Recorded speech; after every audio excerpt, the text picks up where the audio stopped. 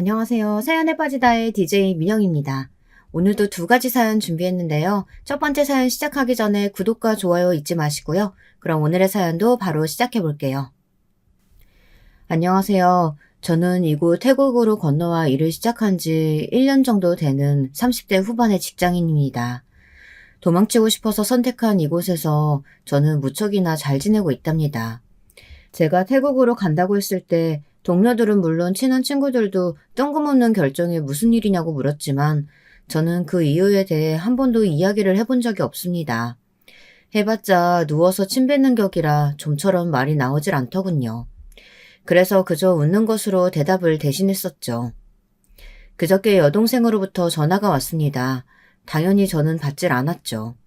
태국으로 온 이후 주고 여동생에게 연락이 왔지만 한 번도 받아본 적이 없었거든요. 제가 여기까지 오도록 만든 사람들 소식이 뭐가 궁금하겠습니까? 하지만 그날따라 뭐에 홀린 사람처럼 전화를 받았고 가장 듣고 싶지 않았던 사람의 소식을 알게 되었죠. 가족들과 인연 끊고 살겠노라 다짐했었지만 막상 소식을 듣고 나니 마음이 흔들리더군요. 약해졌다고나 할까요? 저는 고작 전화 하나에 이런 생각을 하는 제가 한심하고 싫었습니다. 심지어 혐오감마저 들더라고요.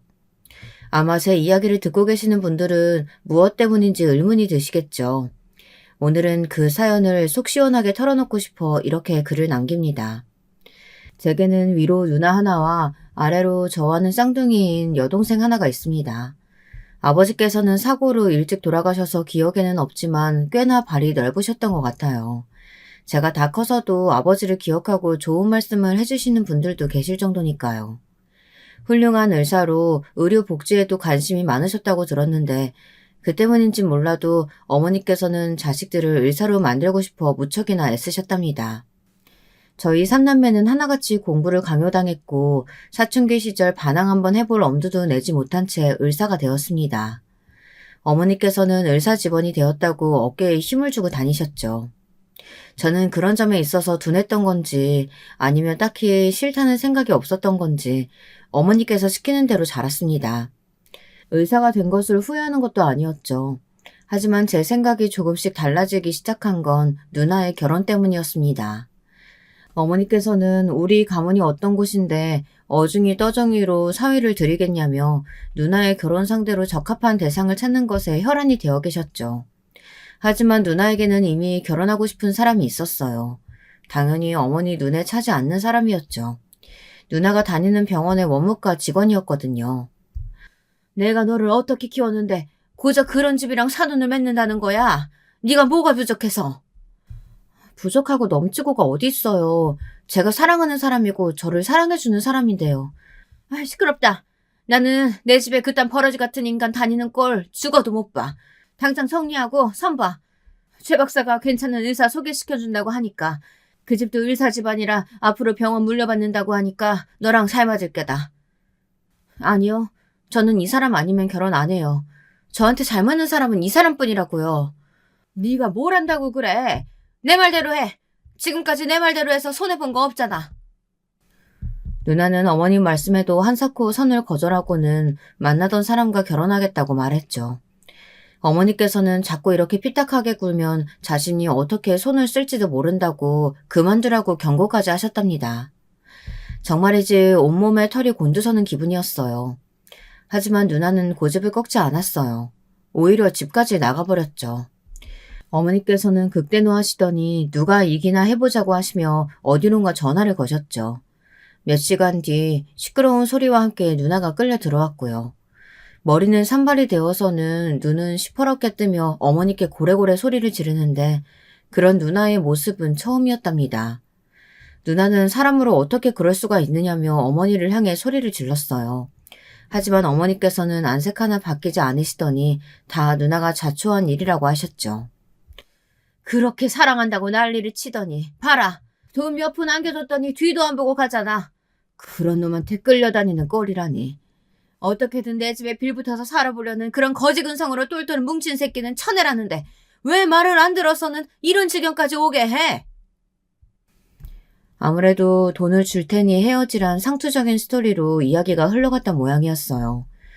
문제는 누나가 만나던 남자가 그걸 받았다는 거겠죠. 어머니는 사람 볼 줄 모른다며 누나를 몰아세웠고 그런 어머니에게 실망하고 지쳐버린 누나는 소리 소문도 없이 사라지고 잡혀오고를 반복했어요. 그리고 그때마다 누나는 망가진 사람처럼 점점 생기를 잃어갔죠. 다니던 병원을 그만둔 것은 물론이고 나중에는 방 밖으로 나오질 않더라고요. 어머니는 그런 모습조차도 보고 싶지 않으셨는지 그런 누나를 억지로 꾸며 선자리에 데리고 다니셨어요. 하지만 이미 의지를 잃어버린 누나는 마음대로 해보라는 듯 무표정하게 말없이 앉아있다 들어왔죠. 그중에는 제 의대 선배도 있었는데 정말 소름 돋을 정도로 무서웠다고 하더라고요. 그렇게 의미 없는 시간들이 흘러가던 어느 날 여느 때처럼 어머니의 부름으로 나가던 누나는 그 이후로 다시 볼 수 없었습니다. 홀연히 사라져버린 거죠. 저나 여동생은 당연히 어머니 능력이라면 못 찾을 것도 없다고 생각했었는데 시간이 아무리 흘러도 찾을 수가 없더라고요. 이를 악물고 사람을 풀어 찾아다니던 어머니께서도 결국에는 포기하신 듯 찾는 것을 멈추시곤 저와 여동생에게 누나가 죽었다고 생각하라고 하셨죠. 그 일로 저와 여동생은 어머니가 얼마나 무서운 사람인지 알 수 있었습니다. 그리고 이대로 가다가는 어머니의 손에서 영영 벗어날 수 없다는 것도요. 여동생은 순종을 택했습니다. 어머니를 이길 수 없을 거라 생각했던 것 같아요. 저는 이도저도 아닌 상태였고요. 아내를 만난 것도 이맘때였습니다. 어머니의 소름 끼치는 모습에 실망감과 두려움을 안고 저는 무작정 태국으로 향했죠. 어머니께서는 변덕을 부리는 저를 물끄러미 한참을 보시더니 조심히 다녀오라는 말씀을 하셨습니다. 왜 태국을 선택했는지는 모르겠어요. 그냥 어디든 좋다라는 생각뿐이라 아무 곳이나 선택했던 게 그게 태국이었을 뿐이었죠. 불어 패키지 여행을 신청한 것도 아니었어요. 가장 빠르게 출발하는 곳을 여행사에 알아보니 10명 정도 되는 무리에 섞여 비행기를 타고 있었죠. 아내 역시 친구 2명과 함께 그 패키지 여행을 왔었더군요. 패키지 여행은 의외로 재미있었습니다. 어디로 가야 할지 생각할 필요도 없이 볼만한 곳을 구경할 수 있게 해줬으며 식당도 음식이 깔끔하게 잘 나오는 곳이었죠. 일행들과 오가며 인사 정도는 하고 다닐 정도가 되었을 때 사건이 벌어졌습니다. 일행 중 나이가 많은 할아버지 한 분께서 답답함을 호소하시다가 갑자기 경련을 일으키시며 쓰러지신 겁니다. 통역사가 있기는 했지만 다들 말도 통하지 않는 것이라 허둥거리고 있었고요. 화장실을 다녀오던 저는 그 모습에 깜짝 놀라며 바로 달려들어 응급처치를 시작했습니다. 다들 발을 동동 구르며 어떻게 하느냐는 말들만 늘어놓을 때였죠. 아내가 갑자기 제게 다가오더니 무엇을 도와주면 되느냐고 물었어요. 저는 정신없이 필요한 것들을 이야기했고 아내는 여기저기 다니면서 제가 말한 것들을 구하기 위해 동분서주했죠. 어리버리한 가이드에게 호통을 치며 정신 차리라고 이야기한 아내가 아니었다면 응급처치도 물거품이 되지 않았을까 생각합니다. 무사히 할아버지를 병원으로 옮기고 진이 빠진 제게 아내가 시원한 생수 한 병을 주더니 무사히 한 사람의 생명을 구했다고 고생했다는 말을 해주더군요. 물을 건네받았는데 그 순간 아내가 정말이지 천사로 보였답니다. 남은 여행 동안 저는 아내의 일행들과 함께 다니게 되었어요. 아내는 섬세했고 유쾌했으며 다정했어요. 태국의 마지막 날이 되자 저는 한국으로 돌아가면 더 이상은 만나지 못할 것이라는 생각에 아쉬움이 가득했죠. 하지만 연락처를 교환하자는 말을 할 수 있을 만큼 용기가 있지는 못했습니다.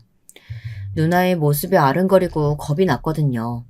그렇게 한국으로 돌아온 저는 태국에서의 마지막 날 아내와 함께 찍은 사진을 가끔 꺼내보면서 아내에 대한 그리움을 달랬습니다. 그런데 저와 아내가 인연은 인연인지 한국으로 돌아온 지 얼마 되지 않아 병원에서 다시 아내와 마주치게 되었어요. 외래를 보러 갔다가 환자 보호자로 진료실에 들어오는 아내를 봤을 때 저는 제 눈을 의심했죠. 이것은 운명이라고밖에 생각할 수 없었어요. 아내도 무척이나 놀란 얼굴을 하고 있었습니다. 저는 더 이상은 우물쭈물해서는 안 된다는 생각에 바로 아내에게 식사를 함께 하자고 권했고 아내 역시 기분 좋게 응해주었죠. 그리고 우리 사이는 금세 연인으로 발전할 수 있었답니다. 저는 아내와 만나고 있다는 사실을 철저하게 숨겨야만 했어요. 어머니가 어떻게 나오실지 뻔했기 때문에 어머니가 알게 하고 싶지는 않았죠. 하지만 그것은 저의 착각이었어요. 어머니께서는 이미 제가 아내와 만나고 있다는 사실을 다 알고 계셨더군요.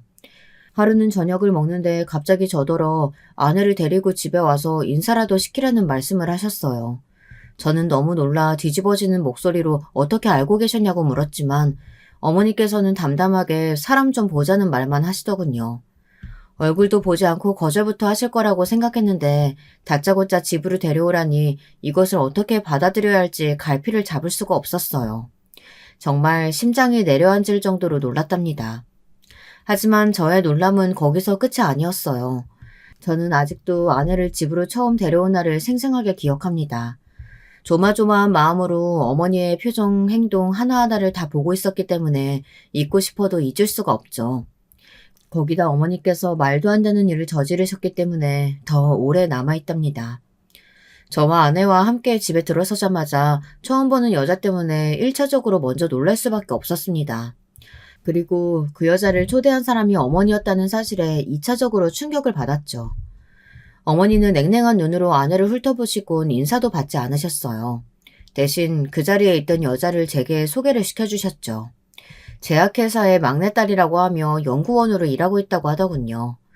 어머니께서는 아내 보란 듯이 저와 그 여자가 서로에게 좋은 인연이 될 것 같아 초대했다고 하며 안으로 들어가자고 하셨어요. 식사 시간 동안에도 어머니께서는 아내를 앞에 두곤 그 여자와 이야기를 나누며 연신 미소를 지으셨어요.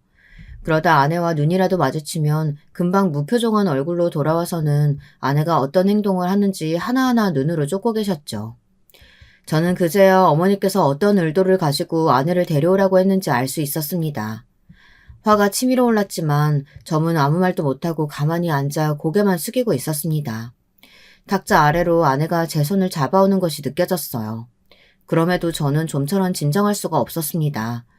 그런 저와는 달리 아내는 별일 아니라는 듯이 식사를 이어가고 있었고요. 식사가 끝나고 어머니께서 초대한 여자를 칭찬하시며 저더러 앞으로 잘 지내보라는 말을 하셨어요. 아내가 아직 옆에 있었는데도 말이죠. 저는 어머니도 대단하다는 생각이 들었지만 어머니에게 초대받은 여자도 보통 내기가 아니겠구나 싶었어요. 분명 아내와 제가 어떤 사이인지 눈치챘을 텐데도 전혀 표정에 드러나는 것이 없더라고요. 다과 시간까지 가지고 나서야 어머니께서 초대한 여자가 자리를 떠났습니다. 심지어 다음에는 따로 보자는 말을 남기고 말이죠. 거실에 저와 아내 그리고 어머님만 남게 되자 정막이 흘렀습니다.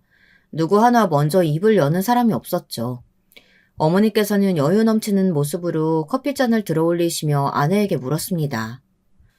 얘들 아버지가 어떤 사람인지 알고는 있어? 네, 무척 자랑스러워하면서 몇 번이나 이야기를 해서 알고 있습니다. 그럼 내 자식들이 다들 무슨 일 하는진 들었고? 제가 다 이야기했어요, 어머니.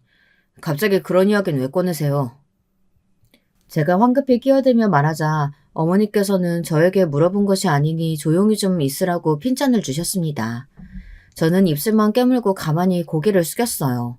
아까 봤던 여자는 왜 초대했으며 이런 자리를 만든 의도가 뭐냐고 물어봤어야 했지만 당시에 저는 눈을 시퍼렇게 뜨고 저를 바라보며 조용히 하라는 어머니의 앞에서 아무것도 할 수가 없었죠. 네, 듣고 계시는 분들이 얼마나 답답하실지 저도 잘 알고 있습니다. 변명의 여지가 없을 정도로 저는 미련하고 모자랐죠. 어머니께서는 방금 함께 있었던 여자에 관해 이야기를 하시며 그 여자의 배경이 얼마나 대단한지 나열하기 시작하셨죠. 듣고 있기 민망할 정도로 어머니께서는 칭찬을 이어가셨습니다. 제발 그만 좀 해주셨으면 좋겠다 싶었던 그 순간 어머니께서는 충격적인 말을 꺼내셨어요. 다 알고도 여기 올 정도면 도대체 얼마나 뻔뻔한 건지, 어떤 부모 손에 자라면 그렇게 되는지 부모의 얼굴이 궁금할 정도구나. 너는 염치나 주제라는 말은 전혀 모르니? 거기다 눈치는 더 없고 어떻게 끝까지 자리에 있을 수가 있어? 정치인들끼리 서로를 물어뜯을 때 상대방에게 말을 하는 것이 아니라 배설하고 있다는 표현을 쓰는 것을 본 적이 있었는데요. 어머니를 바라보는 제 생각이 딱 그랬습니다. 어머니께서 지금 말씀을 하시는 것이 아니라 입으로 배설을 하고 있으시구나 하고 말이죠. 저는 얼굴이 화끈거리면서 쥐구멍이 있다면 숨고 싶을 지경이었어요. 저는 아내가 충격을 받지는 않았을까 싶어 바로 바라봤죠. 하지만 아내는 평온한 얼굴 그 자체더군요. 어머니께서는 그런 모습 자체가 마음에 들지 않은 눈치였습니다. 내 말이 들리지 않아? 그렇게 다 알면서 여길 어떻게 올 생각을 했는지 묻고 있잖아. 어머니, 지금 그게 무슨 말씀이세요? 갑자기 왜 그런 소리를? 갑자기? 너는 그래도 날 실망시키지 않을 거라고 생각했다. 어떻게 누나랑 똑같은 짓을 할 생각을 해? 내가 말했지. 격에 맞는 사람으로 어련히 짝지어줄까? 어디서 이런 말 같지도 않은 애를 눈앞에 데려와. 그래도 그놈은 우리 집안에 대해 모르고 있었다지만 이건 뭐 아예 작정을 하고 덤볐구나. 어머니, 사람 앞에 두고 그게 무슨 무례한 말씀이세요? 무례? 내가 무례하다고? 진짜 무례한 건 주제도 모르고 이 집에 들어온 저아이겠지. 혹시나 싶어 불러봤더니만 역시 버러지들은 어쩔 수가 없다니까. 결혼이라는 건 수준이 맞아야 하는 거지. 안 그래? 그래도 머리가 나빠 보이진 않으니 이 정도 선에서 네 발로 물러나라. 우리 아들은 너 같은 인간과는 그 태가 다르니까 너도 너한테 딱 맞는 사람 찾고. 저는 무자비한 어머니의 말씀에 정신이 혼미해지는 기분이었어요. 어떻게든 어머니를 막아보고 싶었지만 몸이 마음대로 움직여지지 않더군요. 어머니는 아내를 뚫어져라 바라보고 있었습니다. 그리고 아내 역시 허리를 꼿꼿하게 세우고는 어머니와 눈을 마주하더니 생각지도 못한 말을 쏟아내더라고요. 저는 한 번도 해보지 못했던 말들을 말이죠. 확실히 어머님께서 남들과 다르다는 건 알겠네요. 그리고 이 사람이 왜 그렇게 모든 일에 자신감 없고 다른 사람들 눈치만 보는지도 완벽하게 이해했어요.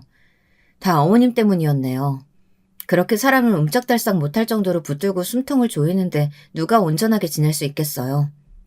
어머님께서 지금까지 이 사랑 망치고 계셨네요. 뭐라고? 지금 감히 나한테 뭐라고 했어? 내 아들이 어떻다고? 아내는 불같이 화를 내는 어머니 앞에서 조금도 기죽지 않고 빠른 속도로 말을 이어갔죠. 저는 모르는 저의 모습들이 아내의 입에서 줄줄 나오는데 마음속에 있던 돌멩이가 빠져나가는 기분이 들었어요.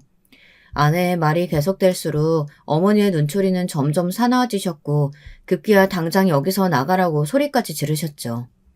저는 그런 어머니의 모습을 처음 봤습니다. 평정을 잃은 모습이라니요. 누나 이래도 표정 한번 바뀌지 않으셨던 어머니께서 아내의 말에 벌떡 일어나실 정도라니 믿기 힘들었죠. 아내는 그런 어머니를 바라보며 조금도 위축되지 않았고요. 분위기는 점점 더 험악해졌고 어머니의 고함 소리에 일하는 사람들도 기웃거리기 시작했죠. 어머니께서는 웅성거리는 소리가 심해지자 그제야 자신이 무슨 짓을 했는지 깨달았는지 화들짝 놀라시며 저더러 당장 아내를 내보내라고 하셨죠. 저는 허겁지겁 아내의 손을 잡고 나왔습니다. 저는 아내에게 속상한 마음으로 이해는 하지만 너무 과했다고 말했어요. 어머니가 얼마나 무서운 사람인지 모르는 것 같아 입안이 바짝 마르는 기분이었죠. 하지만 아내는 태연했어요. 그리고는 제게 한 번은 부딪혀서 깨져봐야 할 것 아니냐며 제게 이대로 헤어질 자신이 있냐고 물었죠. 저는 절대 그런 생각은 해보지 않았다고 말했어요. 제 말에 아내는 빙긋 웃으며 지금 그 대답을 잘 기억하라고 하더군요. 그리고 덧붙여 말하길 자신은 돈을 억만금 줘도 저와 헤어질 생각이 없다고 했죠. 나는 당신이 어떤 생각하는지 무엇이 하고 싶은지 다 들을 준비가 되어 있거든요. 그러니까 망설이지 말고 솔직하게. 알겠죠? 다른 사람 인생 아니잖아요. 오로지 당신만의 인생이지.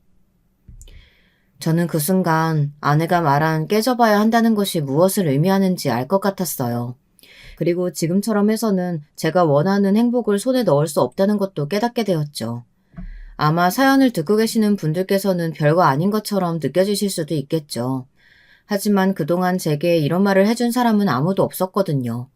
그런 말을 들을 준비가 전혀 안 되어 있었기 때문에 몰랐을 수도 있지만 제게 있어서는 중요한 말이었어요. 그 뒤로 제가 해야 할 것은 하나였습니다. 어머니에게 단호하면서도 자신감 있게 아내와 꼭 결혼하겠노라고 말하는 것. 그리고 누나 때를 떠올리며 무섭다고 피할 것이 아니라 어떻게든 어머니를 설득시킬 생각을 해야만 한다는 것을 실천으로 옮겼죠. 하지만 아내를 미워하는 어머니를 꺾기란 쉽지 않았죠. 어머니께서는 보통 사람이 아니셨거든요. 아내를 처음 집에 데리고 왔던 날 만났던 여자를 그 뒤로도 집으로 부르시는 것은 기본이었어요. 손자리 역시 줄줄이 잡혔고요. 하지만 저는 피하지도 도망가지도 않았습니다. 당연히 아내에게도 숨긴 것이 없었고요.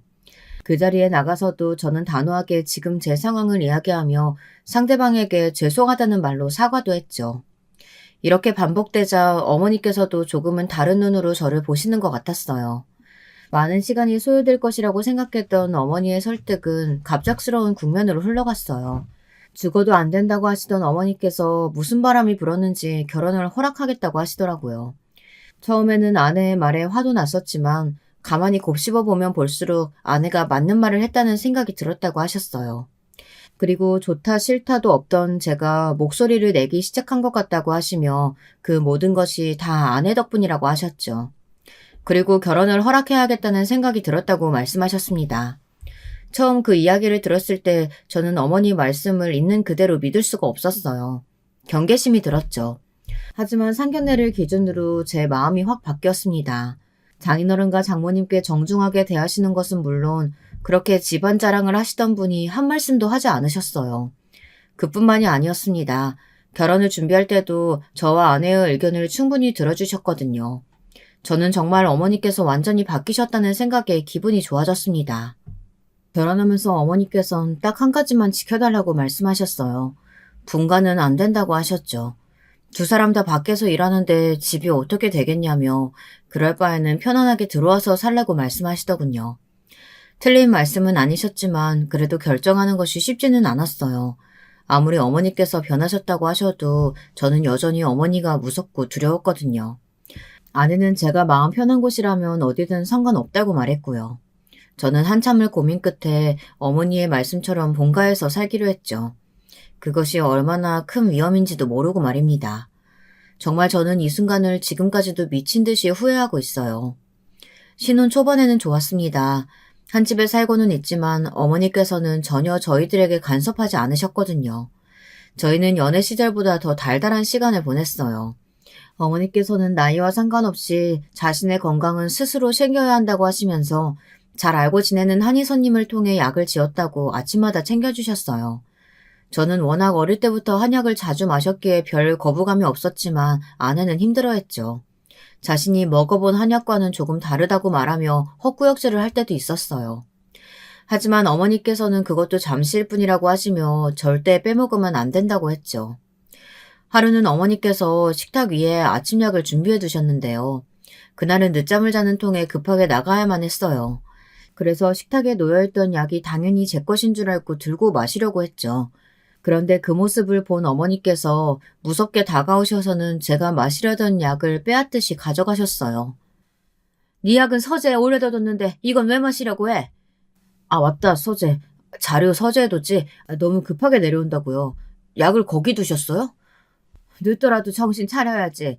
그리고 너는 아무 약이나 보인다고 덥석 들고 마시면 어떻게 하니? 이거 며느리 약인데 네가 먹었으면 어쩔 뻔했냐고. 어머니께서는 불같이 화를 내셨어요. 저는 얼떨결에 죄송하다고 말씀드렸지만 솔직히 의문이었습니다. 고작 보약이잖아요. 하루 정도 잘못 마신다고 해서 문제가 되는 것도 아닐 텐데 그렇게 예민하게 반응하실 필요가 있었을까 싶었죠. 어머니께서는 자신이 챙겨주는 대로 정확하게 약을 먹어야 한다고 하시며 다음부터는 제 약이 맞는지 꼭 확인해보라고 말씀하셨어요. 제가 좀처럼 대답을 하지 않자 어머니께서는 무서운 기세로 제 팔을 붙들고는 꼭 약속해야 한다고 다그치셨죠. 저는 마지못해 알겠다고 대답은 했지만 집을 나서는데 좀 기분이 이상했어요. 기억을 더듬어 보니 어머니께서 아내는 꼭 자신 앞에서 약을 먹게 했거든요. 귀한 약이라 건너뛰면 안 된다고 하시면서 한 방울도 남기지 말고 다 마셔야 한다고 지키고 서 계셨죠. 저와는 완전 다르게요. 저는 딱 뭐라고 단정 지을 순 없지만 어머니의 행동에서 묘한 긴장감마저 느낄 수 있었답니다. 그때 좀 더 알아봤어야 했는데 저는 그저 제가 예민해서 그렇다고만 생각했어요. 후에 모든 사실을 알고 저는 이 순간을 두고두고 후회했죠. 신혼을 만끽하는 것도 잠시 저희 부부 사이에 아주 기분 좋은 소식이 전해졌어요. 바로 아내가 임신을 한 것이죠. 처음 결혼에 대해 이야기를 할 때 저도 아내도 아이는 생기는 대로 낳고 싶다고 말했어요. 저와 마음이 딱 맞았던 거죠. 당연히 장인어른과 장모님께서도 뛸 듯이 기뻐하시면서 임신 초기에는 조심해야 할 것들이 무척이나 많다는 말씀과 함께 건강 또 건강에 주의해야 한다고 하셨죠. 어머니 역시 아내가 아이를 가졌다는 소식에 멈칫하시더니 정말이냐고 몇 번이나 물어보셨어요. 저는 그런 어머니의 모습에서 약간 이상함을 느꼈지만 그만큼 믿기 어려운 소식이기 때문이라고 생각했어요. 병원에서 받아온 산모 수첩을 보여드리자 어머니께서는 한참을 들여다보시더니 축하한다는 말씀을 전해주셨죠. 그런데 그 모습이 기뻐 보이지는 않았어요. 무언가 마지못해 말씀하신다는 생각이 들었습니다. 어머니께서 평소에 감정 표현이 다양하신 쪽은 아니지만 그래도 손주가 생겼는데 이렇게 반응하실 수 있나 의문이 들었어요. 하지만 이내 어머니께서 아내에게 이것저것 챙겨주시는 모습에서 제가 오해한 것이라고 생각하고 가볍게 넘겼습니다. 문제의 사건은 임신 7주가 넘었을 때 일어났어요. 아내는 몸이 무겁다며 많이 피곤해했고 저는 무리하지 말고 휴직하는 게 어떻겠느냐고 권했죠. 처음에는 괜찮다고 하던 아내도 결국에는 휴직계를 내고 집에서 쉬기로 했어요. 그날 아침은 평소보다 아내가 많이 지쳐 보였는데요. 저는 불안감에 출근하는 발길이 떨어지지 않더군요. 하지만 아내가 괜찮으니 어서 나가보라고 했고 저는 망설이며 집을 나서야 했답니다. 그런데 오후에 외래를 보고 있는데 어머니께 전화가 오더군요. 평소였다면 병원이라 전화를 끊었을 텐데 이상하게 받고 싶더라고요. 아니나 다를까 어머니께서 한숨을 내쉬며 아내가 지금 응급수술 중이라고 말씀하셨어요. 저는 무슨 말씀을 하시는 건지 전혀 이해가 되지 않았습니다.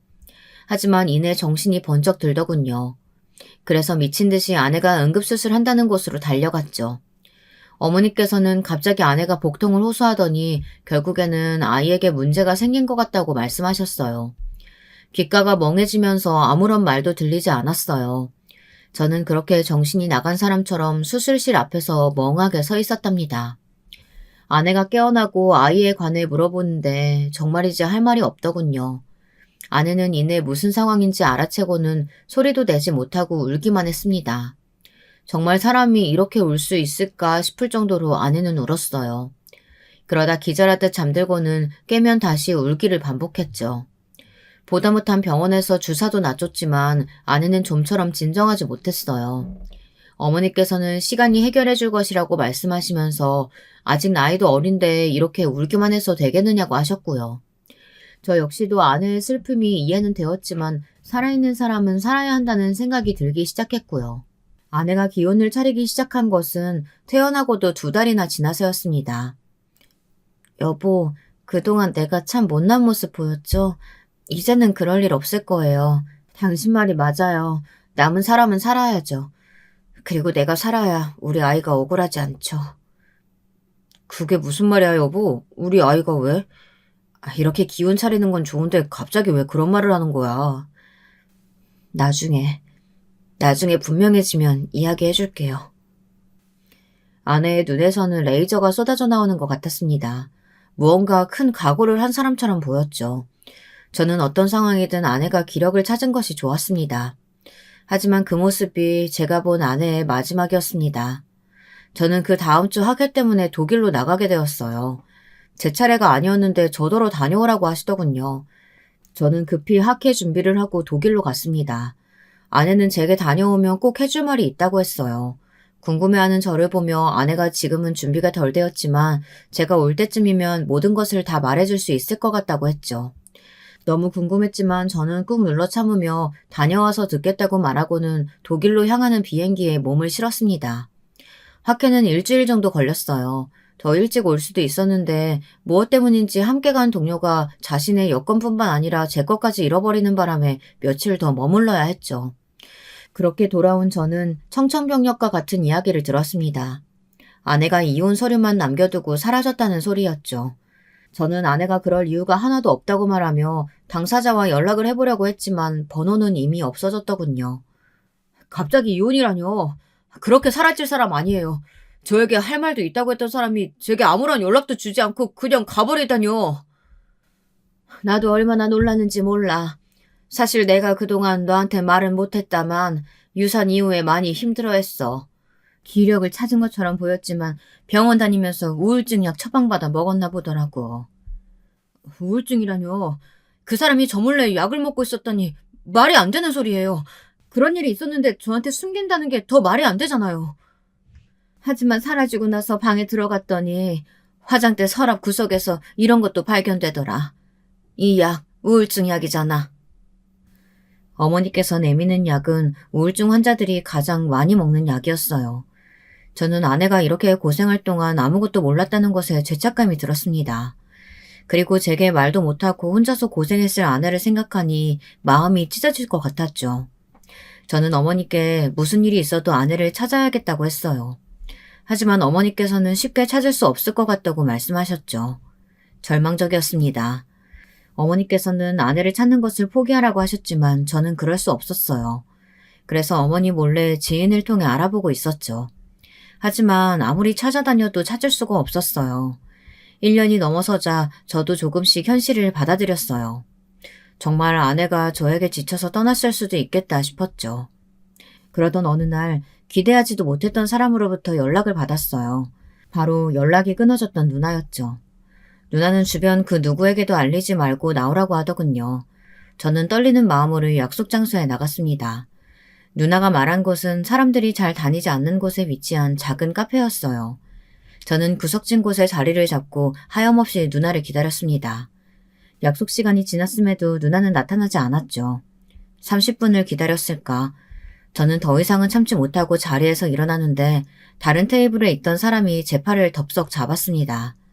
저는 깜짝 놀라 소리를 지를 뻔했어요. 하지만 저를 붙든 사람이 고개를 들며 얼굴을 보여주는데 그렇게 기다리던 누나의 모습이었어요. 아니, 그동안 연락도 없이 도대체 어디 있었어? 어머니가 그렇게 사람 풀어서 찾아다녔는데 만날 수도 없었는데 혹시 외국으로 나갔던 거야? 한국에 있었지. 어머니한테 들키지 않으려고 아주 필사적이었고 절대 잡히고 싶지 않았으니까. 그 악마하고는 조금도 같은 공간에 있고 싶지 않았고. 도대체 무슨 일이 있었기에 그렇게 사라진 거야? 갑자기 이렇게 연락한 이유는 또 뭐고? 누나는 침착하게 할 말이 많다고 하며 제게 자리를 권했죠. 그러면서도 누나는 자꾸만 주변을 둘러보더군요. 마치 주변의 사람들 중 누군가 우리를 바라보는 것은 아닌지 의심하는 것처럼 보였어요. 누나는 의아해하는 저를 보며 혹시나 어머니가 사람을 붙였을지도 모른다고 하더군요. 저는 아무리 그래도 어머니께서 그 정도로 하실 리가 없다고 말했지만 누나는 그런 제 말을 비웃더니 주머니에서 작은 상자를 하나 꺼내서 주더군요. 상자를 보는 순간 저는 누나의 손으로 달려들었어요. 혹시나 하는 마음이 들었죠. 너무나도 낯익은 상자였거든요. 저는 조심스럽게 상자를 열고는 그 자리에서 손끝 하나 움직일 수가 없었어요. 제 예상이 그대로 적중했거든요. 누나, 반지 어디서 찾았어? 이 반지 그 사람에게 내가 처음으로 선물했던 반지야. 프로포즈하면서 손에 끼워준 반지라고. 아내가 사라졌을 때 이 반지가 없었거든. 그래서 나는 그 사람이 날 버리고 갔을 리 없다고 생각했어. 근데 이걸 왜 누나가 가지고 있는 거야? 누나, 그 사람하고 아는 사이야? 그래? 설마 우연이었어. 어쩌면 하늘이 기회를 준 건지도 모르겠지만 지금 나와 함께 있어. 어디에? 어디서 지냈는데? 오늘 같이 나왔어? 그 사람 많이 아프다 그랬는데 우울증으로 약도 챙겨 먹어야 하는데 어디에도 기록은 없고 내가 얼마나 미칠 것 같았는지 알아? 누나 말해줘. 그 사람 어디 있는 거야? 누나는 제 질문에 어처구니 없다는 표정을 지으며 저를 바라보았어요. 그리고는 우울증이란 소리는 어디서 들었냐고 물었죠. 저는 집에서 발견된 우울증 약과 함께 어머니께서 하셨던 말씀을 그대로 전했어요. 누나는 여전히 변한 것은 하나도 없다고 중얼거리며 제게 어머니께서 하신 그 어떤 말도 믿어서는 안 된다고 했죠. 아내는 멀쩡하게 살아있으며 지금 이 자리에 함께 나오지 못한 것은 다 이유가 있다고 말했어요. 저는 그 이유가 무엇이든 당장 아내를 만나고 싶다고 했지만 누나는 아내가 원하지 않는다고 딱 잘라 거절하더군요. 혀차는 소리와 함께 아직 때가 아니라고도 했고요. 거짓말. 아내가 날 만나고 싶어 하지 않는다는 거 다 거짓말이지? 누나, 나 이제 더 이상 놀랄 것도 없어. 그러니까 숨기는 거 있다면 솔직하게 말해줘. 아니, 앞으로 일어날 그 어떤 것도 지금까지의 상황과는 비교가 될 수 없어. 나는 네가 과연 진실을 받아들이고 버틸 수 있을지 걱정이다. 옳게도 그 부분을 걱정하고 있고. 지금 우리가 너한테 아무런 이야기 해줄 수 없는 건 증거가 전부 모이지 않았기 때문이야. 그러니까 기다려줘. 저는 도대체 무슨 일로 이렇게 몸을 숨기느냐고 물었지만 누나는 다음에 보자는 말만 할 뿐이었죠. 그러면서 어머니에게 절대로 자신을 만났다는 이야기를 해선 안 된다고 했어요. 그리고 제가 아내를 찾고 있다는 사실도 숨길 수 있다면 끝까지 숨기는 것이 좋겠다고 말했죠. 저는 누나의 말에 아내의 실종에도 누나의 가출에도 어머니가 관련이 있는 것은 아닐까 싶은 생각이 들었어요. 하지만 누나는 그 어떤 것 하나도 대답하지 않았죠. 그저 나타났을 때보다 더 조용히 사라졌어요. 급하게 누나를 쫓아서 나가봤지만 이미 눈앞에서 사라진 이후였죠. 집으로 돌아온 저는 한동안 먼 곳을 바라보며 생각에 잠기는 일이 많아졌어요. 아내와 누나가 준비하고 있는 것은 무엇일까? 그것이 어머니와 어떤 연관이 있을까? 생각이 꼬리를 물고 갈수록 무섭기만 하더군요. 설마 어머니께서 그렇게까지 하셨을까? 최악의 상황은 아닐 거야. 저는 스스로에게 주문을 걸듯이 말했지만 소용이 없었어요. 어머니께서는 제 안색이 눈에 띄게 나빠졌다며 걱정을 하셨지만 제 귀에는 아무것도 들리지 않았어요. 그리고 대망의 날이 찾아왔죠. 갑자기 집으로 한 통의 전화가 걸려왔어요. 요즘 집 전화를 쓰는 일이 잘 없잖아요. 저희도 있기는 하지만 전화가 오는 경우가 드물어서 치우는 것이 어떻겠냐 하고 있었죠. 그런데 그 전화가 울리는 것이 아니겠습니까? 어머니와 저 그리고 여동생 셋이서 저녁을 먹고 있었죠. 집안일을 봐주시는 이모님이 경찰서에서 전화가 왔다고 하더군요. 어머니께서는 보이스피싱 전화를 왜 바꿔주냐며 역정을 내셨죠. 그랬더니 이모님께서 투덜거리듯이 작은 사모님 이야기를 하고 있는데 어떻게 보이스피싱이냐고 말했습니다. 저는 벌떡 자리에서 일어나 구르듯이 전화 쪽으로 달려갔습니다. 어머니께서는 당황하셨는지 벌떡 일어나 거실로 나오셨어요. 전화를 받은 저는 경찰서에서 아내를 보호하고 있다는 말을 들을 수 있었습니다. 심장이 벌렁거렸습니다.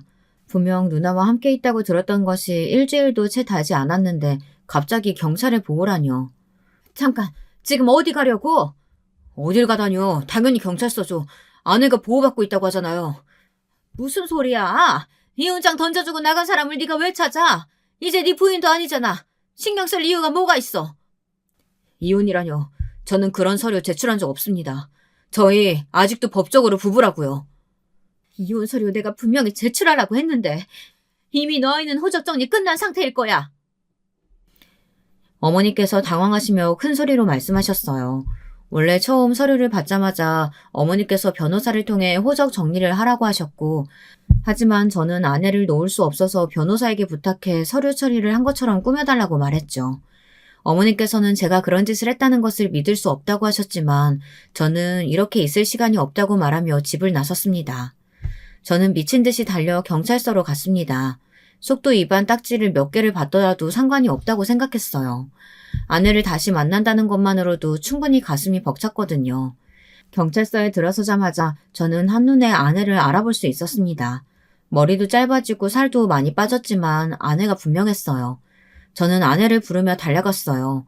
아내 역시 저를 보자마자 눈에 금방 눈물이 가득 차더군요. 저는 아내를 세게 안으며 그동안 어디서 무엇을 했느냐며 왜 연락을 안 했느냐고 물었죠. 아내는 아무 말도 하지 않고 그저 제 등을 토닥이며 보고 싶었다고만 했답니다. 저는 이렇게라도 아내를 찾을 수 있어서 다행이라고 경찰분들께 허리를 숙여 감사하다고 인사했어요.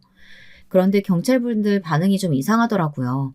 헛기침을 하면서 시선을 피하시는 것이 다른 무언가가 더 있는 것 같았죠. 그런데 그중 한 분이 제게 혼자 왔냐고 묻더군요. 저는 급하게 혼자 먼저 왔다고 했더니 또 자기들끼리 머리를 맞대고 이야기를 하더라고요. 저는 아내에게 무슨 일이냐고 물었지만 아내는 그저 제 손을 몇 번이나 쥐었다 놓았다만을 반복했죠. 그때였어요. 살아있었구나. 이혼 서류만 덜컥 두고 나가서 얼마나 걱정하고 찾아다녔는데.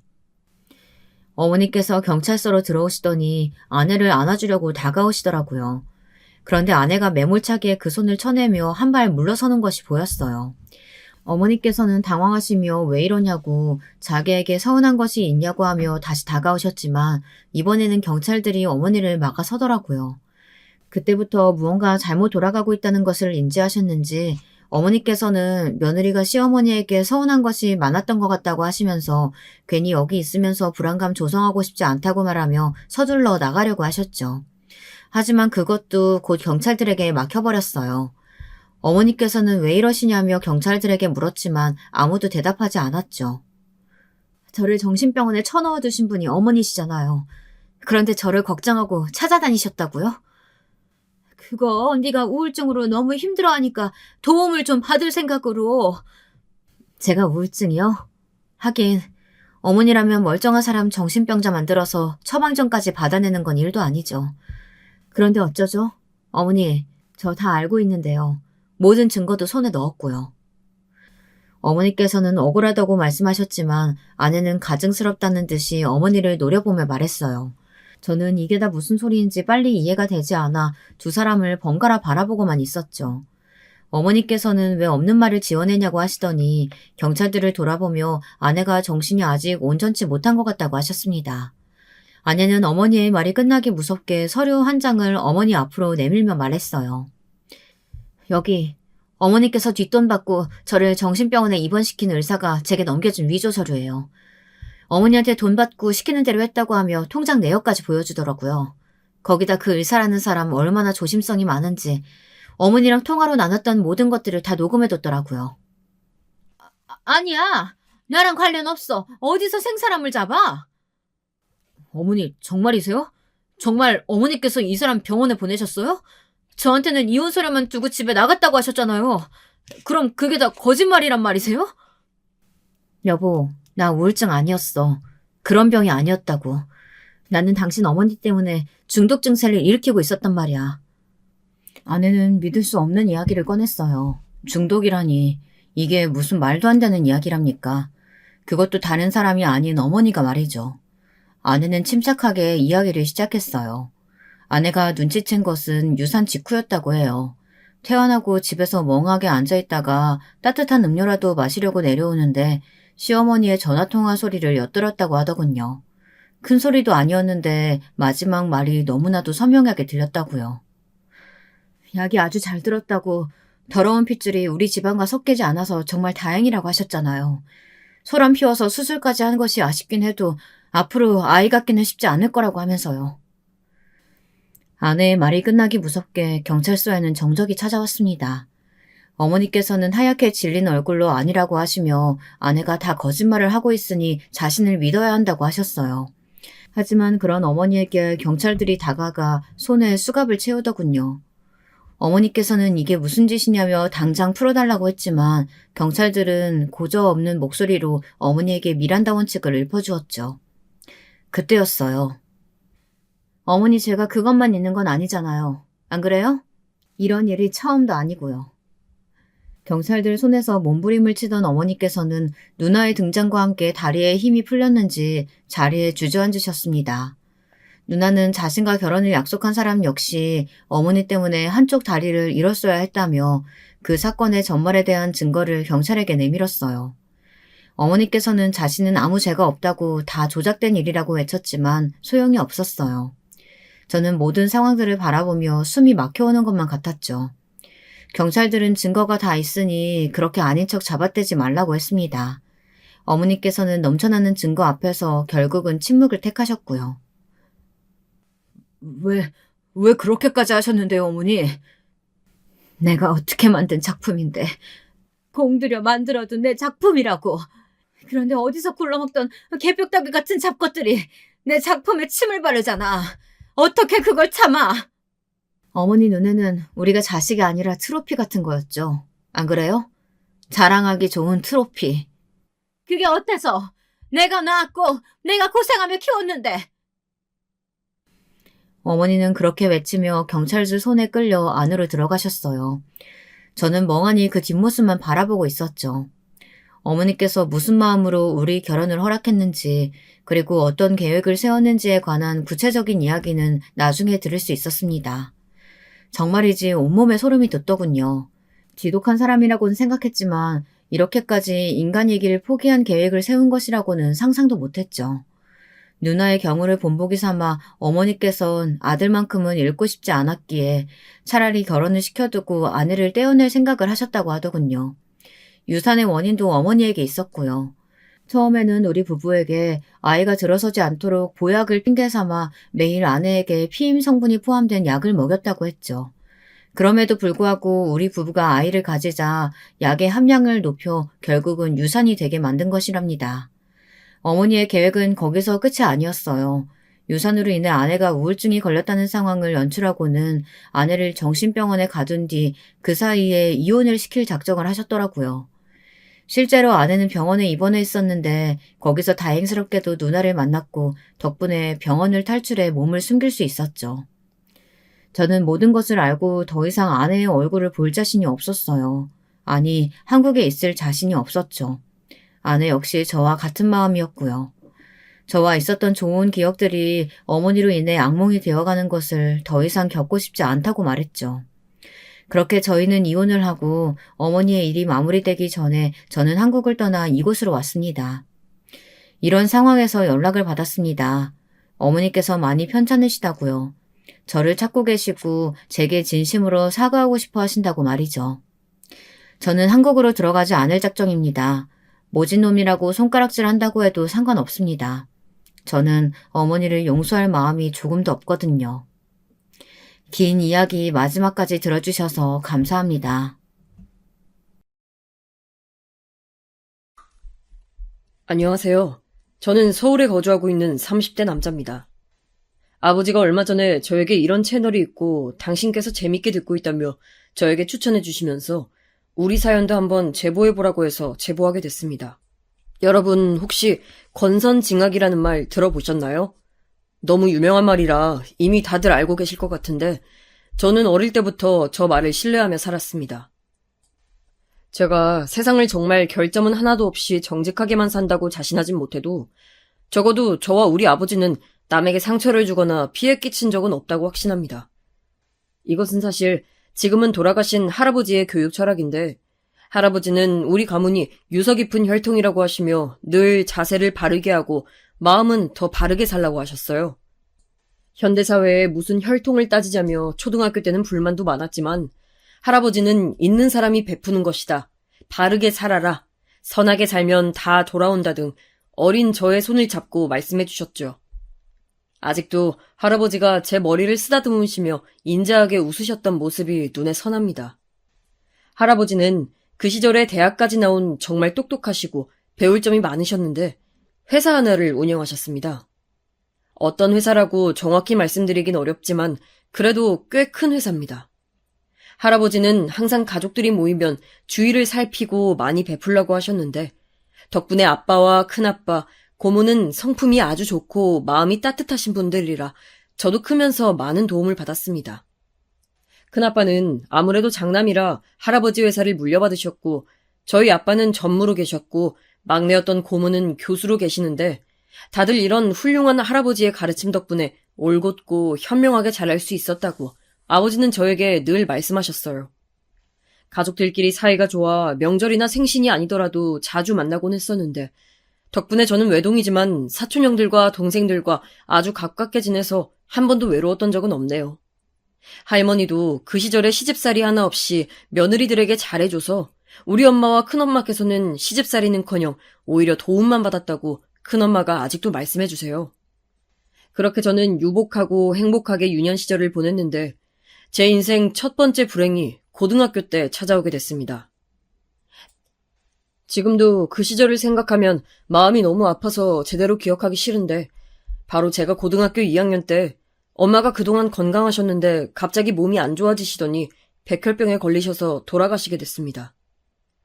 엄마는 그 전에도 잔병치레도 잘 없으셨는데 정말 갑자기 급성 백혈병에 걸리셨고 진단받고 얼마 되지 않아 병실에서 생을 마감하게 되셨습니다. 재민아, 엄마가 먼저 가서 미안해. 아빠랑 행복하게 잘 살아. 엄마는 돌아가시기 직전에 저만 보다 돌아가셨는데 정말 갑작스럽게 일어난 일이었고 저는 어린 나이에 너무 충격을 받아 잘 다니던 학교도 나가지 않고 특목고에 다니다 일반고로 전학까지 오게 됐습니다. 당시 학교 기숙사에서 생활했었는데 종일 울고 집중도 하지 못하고 무엇보다 아빠가 너무 보고 싶어서 견딜 수가 없더라고요. 아빠도 갑작스러운 엄마의 죽음에 충격을 받으셔서 한동안 술에 의존했습니다. 그리고 고모부가 의사였는데 저는 엄마가 돌아가시기 전에 고모부에게 제발 엄마를 살려달라고 울면서 빌기도 했어요. 고모부는 저에게 미안하다고 말씀하셨는데 그날만 생각하면 아직도 가슴이 아픕니다. 그렇게 엄마를 보내고 저와 아빠는 정말 말 그대로 집에서 폐인처럼 생활하게 됐습니다. 제가 학교에 나가지 않아도 아빠는 뭐라 하지 않으셨고 오히려 거실에서 엉엉 우시기만 하셨어요. 우리가 너무 힘들어하자 할아버지는 당신 댁으로 와서 같이 살자고 하셨지만 저와 아빠는 엄마와 함께 살던 공간을 떠나지를 못해 그러진 못했고 큰아빠와 큰엄마 그리고 고모와 고모부가 자주 우리 집에 들러서 우리를 살펴보았어요. 아버지는 큰아버지와 함께 할아버지 회사에 다니고 계셨는데 아버지는 엄마가 돌아가시고 모든 것이 의미 없다고 회사에 나가지 않으셨습니다. 할아버지는 제가 일반고로 와서 적응도 못하고 학교도 못 나가니까 안타깝다고 집에 반절 넘게 오셔서 저를 챙겨주셨습니다.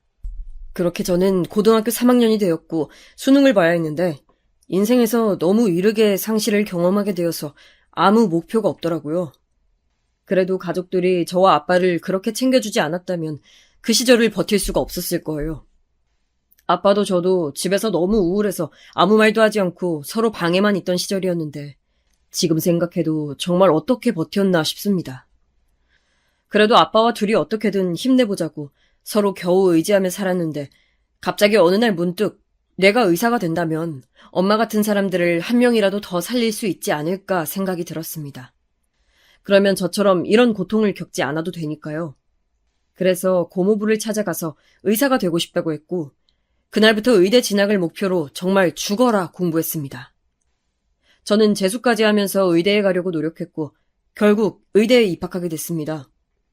공부하느라 힘들었지만 그럴 때마다 엄마를 생각하면서 정신을 다잡았습니다.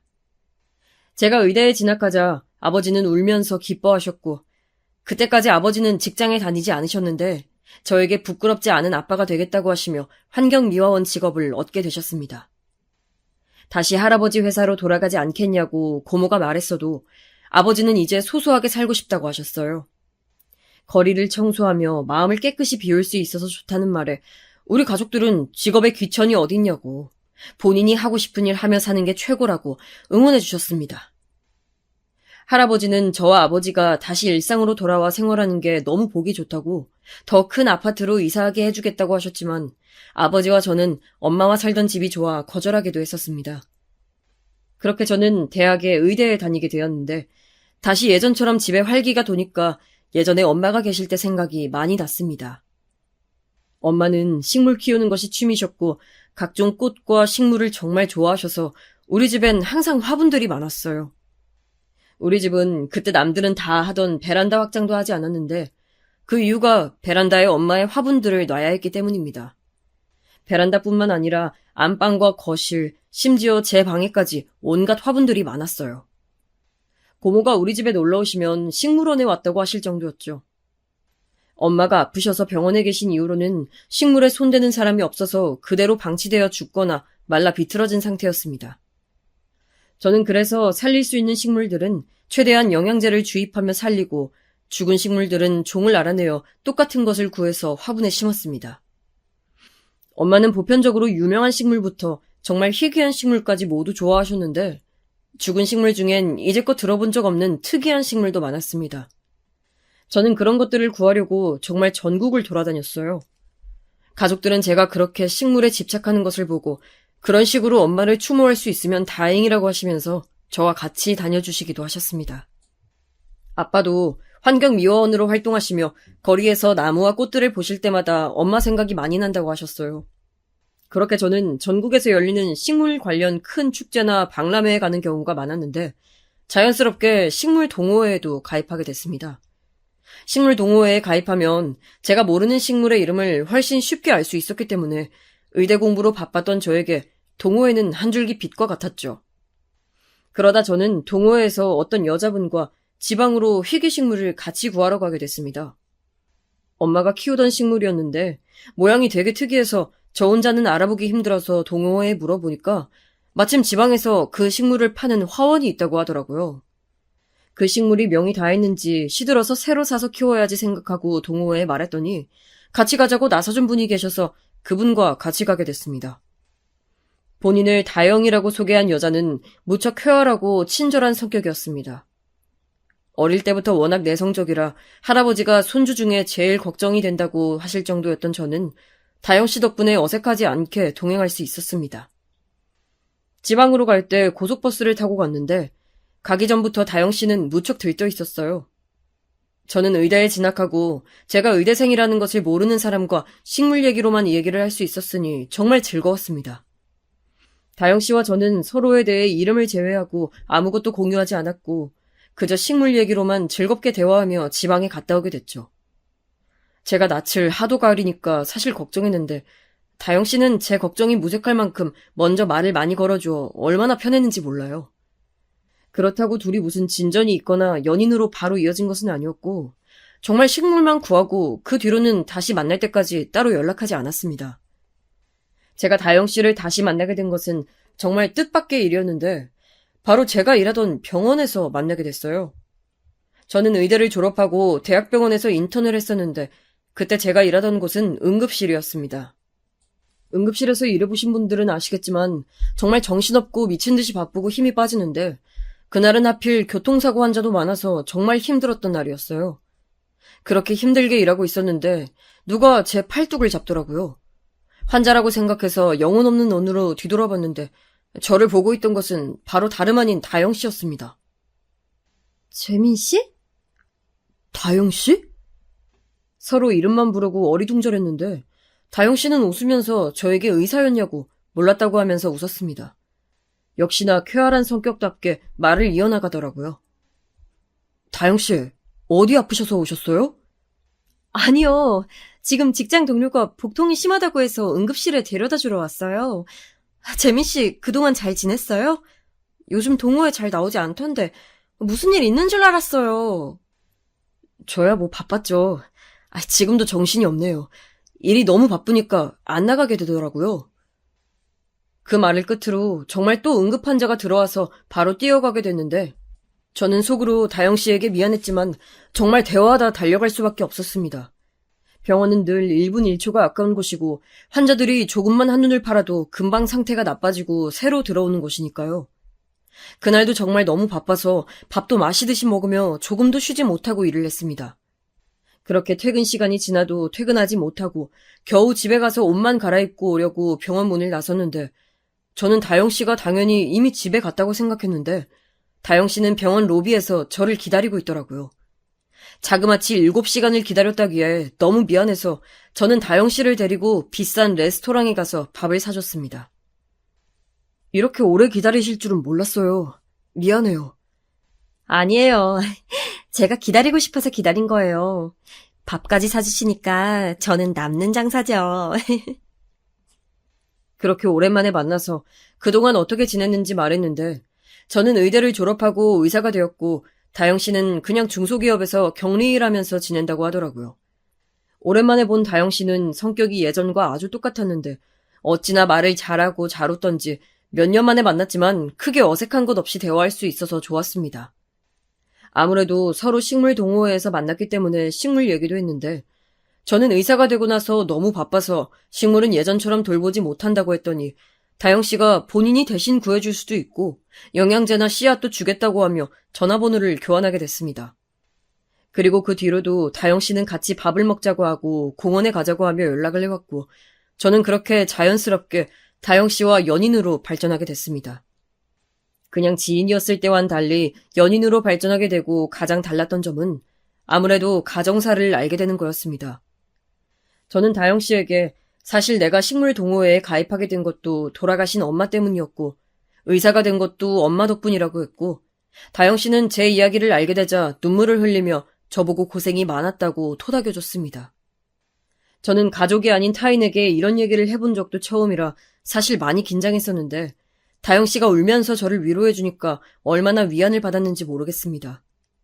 그렇게 저는 다영 씨에게 많이 의지하고 다영 씨도 저를 의지하며 서로 견고하게 사귈 수 있었어요. 물론 제가 인턴 생활을 하며 일 때문에 바빠서 다영 씨를 많이 챙기지 못하고 연락도 하지 못할 때가 대부분이었는데 다영 씨는 그런 것들을 오히려 다 이해해주는 배려심 깊은 사람이었습니다. 저는 의사 생활이 이렇게 바쁠 줄은 몰랐는데 정말 잠을 자는 시간도 제대로 보장받지 못했고 밥도 먹는 게 아니라 마시는 것처럼 먹어야 했어요. 그래도 그 시간 속에서 짬을 내어 다영 씨와 만나면 최대한 잘해주려고 노력했죠. 그렇게 저는 다영 씨와 무탈하게 지내고 있었는데 제가 사촌 형들과 사촌 동생들과 친하다고 말을 했었던 것 기억하시죠? 어느 날 사촌 여동생이 저에게 같이 밥을 먹자고 연락이 왔습니다. 저는 친동생처럼 생각하던 동생이고 워낙 어릴 때부터 친했던 동생이라 알겠다고 하고 다영 씨에게 오늘 저녁은 사촌 동생과 먹겠다고 하니까 다영 씨가 자기도 같이 만나자고 하더라고요. 워낙 성격이 부침성이 좋고 낯을 가리지도 않는 사람이라 저는 알겠다고 하고 사촌 동생에게 물어봤더니 동생도 다영 씨가 제 인생 첫 여자친구니까 궁금하다며 같이 만나자고 했습니다. 그렇게 우리 셋은 밥을 먹게 됐는데 식당엔 사촌 동생이 먼저 와 있었고 제가 두 번째로 도착했고 다영 씨가 마지막으로 오는 순서였어요. 동생과 고모 얘기도 하고 사촌들 얘기도 하고 할아버지 얘기도 하며 다영 씨를 기다렸는데 다영 씨가 우리가 있는 방으로 들어왔습니다. 다영 씨는 평소보다 훨씬 화려하고 예쁘게 하고 들어오더라고요. 아무래도 제 가족을 처음 만나는 자리라서 신경 쓰고 나온 것 같았습니다. 안녕하세요. 뭐야? 둘이 이미 아는 사이야? 혹시 실례지만 한국여고 나오셨어요?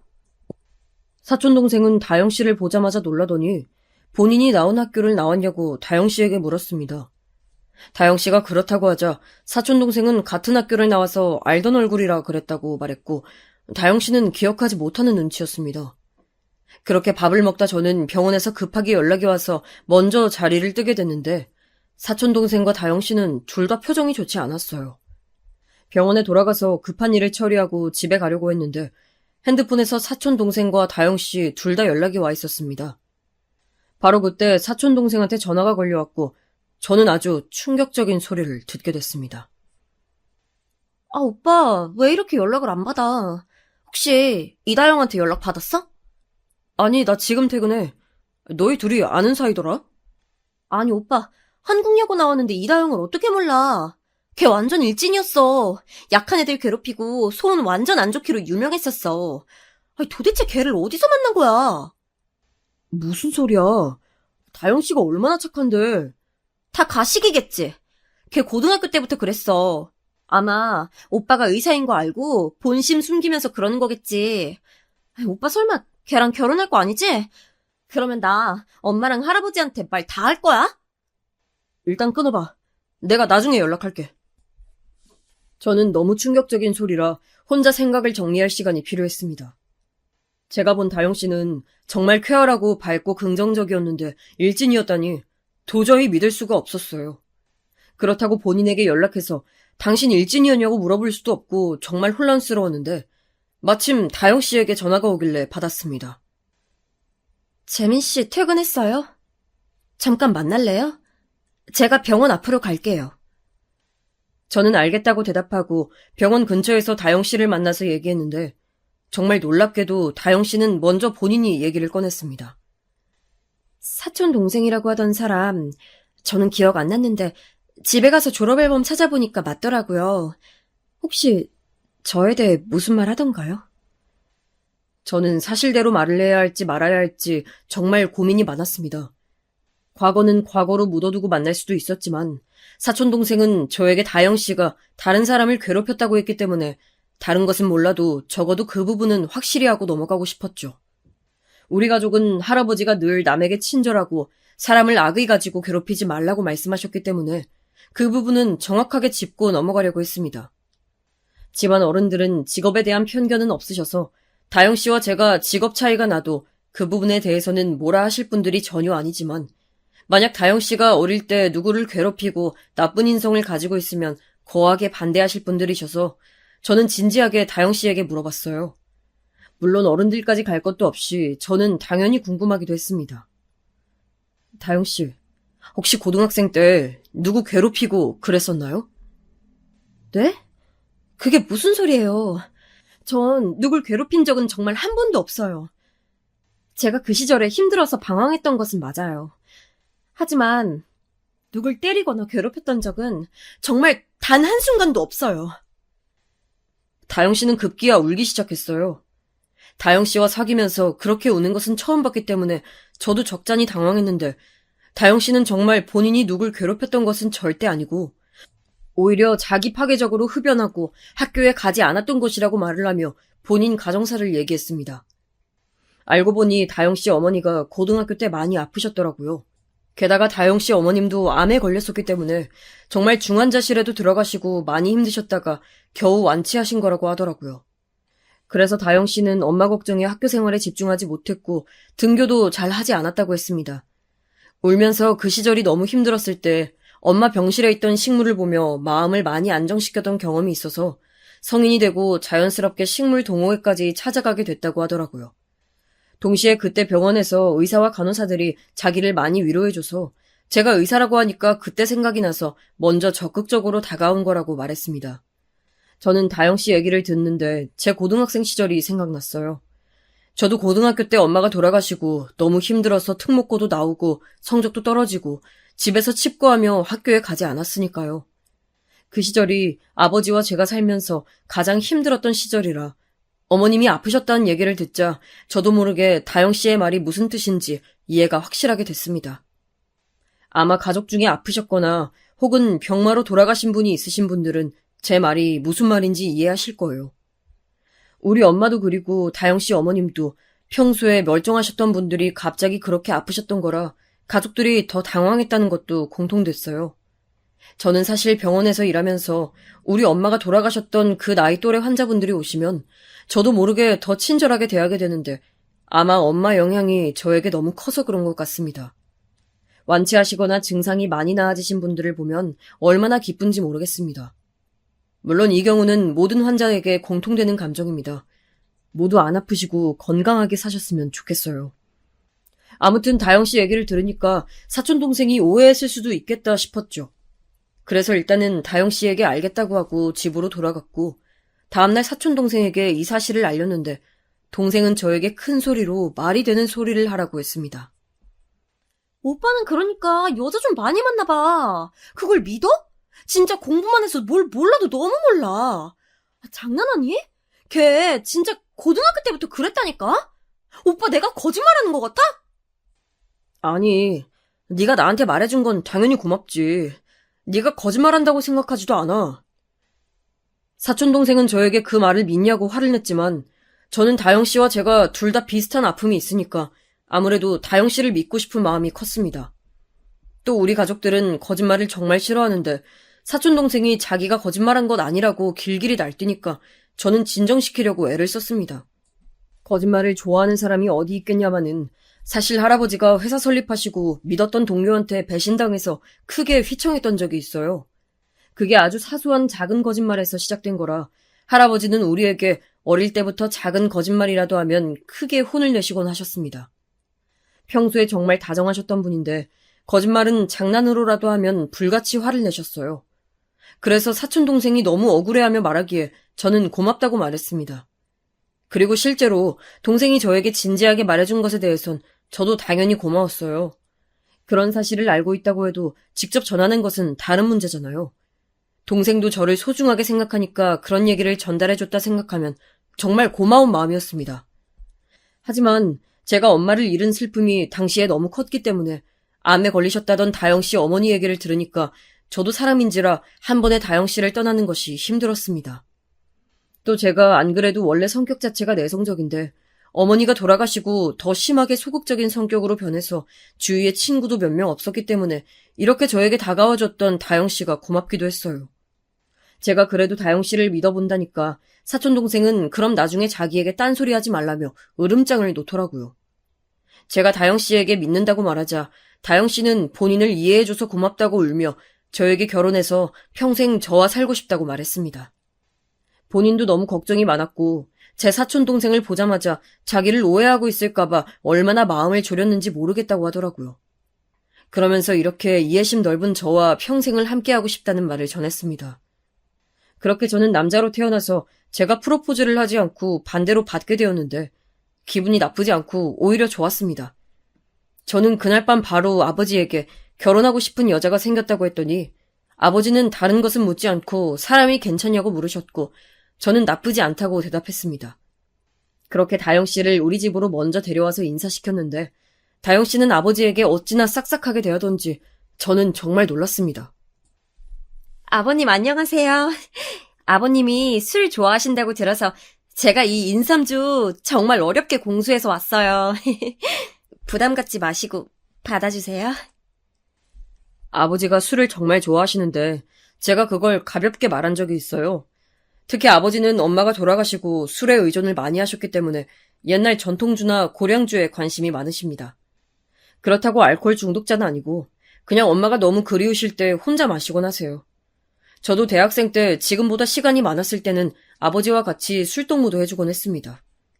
지금은 너무 바빠서 그럴 시간이 많지 않아 아쉬웠는데 다영 씨는 그걸 기억하고 우리 집에 올 때 인삼주를 준비해서 왔더라고요.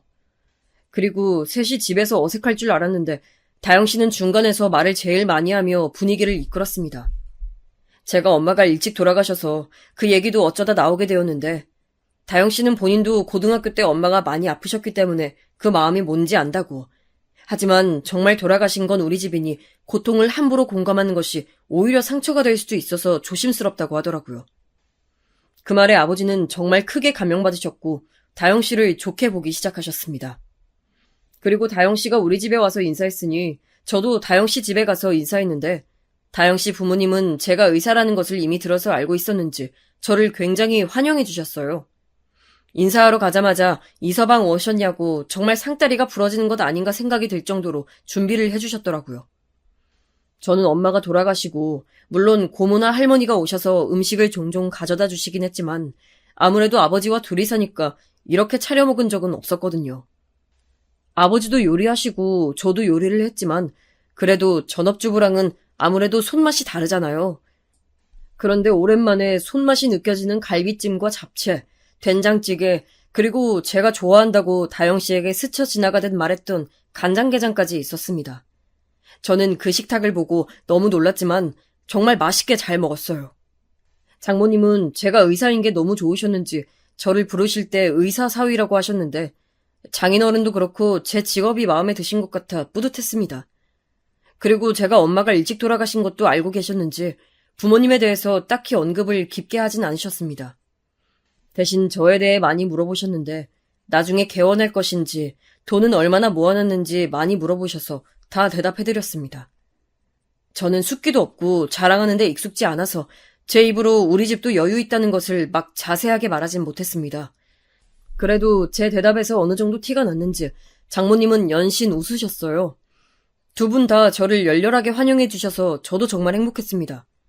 장인어른은 술이 너무 달다고 계속 드셨는데 그러면서 본인 집안도 꿀리지 않다는 것을 알리고 싶으셨는지 장인어른은 술에 취해 자기 자랑을 많이 하셨어요.